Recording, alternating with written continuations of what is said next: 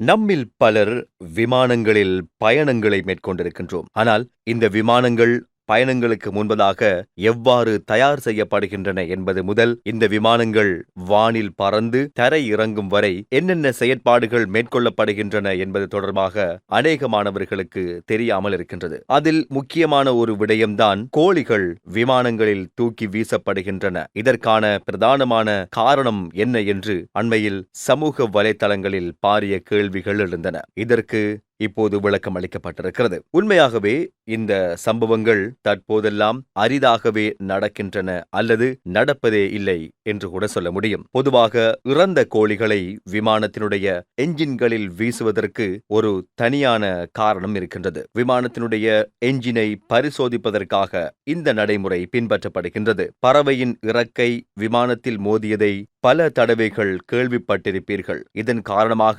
விபத்துகள் ஏற்படுமா என்ற ஒரு அச்சம் நிலவுகிறது. விமானம் விபத்திற்குள்ளானால் ஆயிரக்கணக்கான பயணிகள் உயிரிழக்க நேரிடும். இதிலிருந்து தவிர்த்து கொள்வதற்காகவே விமானங்கள் பறப்பதற்கு முன்பதாக பரிசோதிக்கப்படுகின்றன. விமானங்கள் புறப்படும் போதோ அல்லது தரையிறங்கும் போதோ பறவைகள் மோதினால் ஏதாவது அசம்பாவிதங்கள் நடந்துவிடுமா என்ற ஒரு கேள்விக்குறி நிலவுகிறது. இதன் காரணமாகத்தான் விமானங்களை தயாரிக்கும் நிறுவனங்கள் அதில் கோழிகளை வீசி சோதனை செய்கின்றன. சில சமயங்களில் இவை போலியான பறவைகளாகவும் இருக்கின்றன அல்லது இறந்த கோழிகளாக கூட இவை இருக்கின்றன.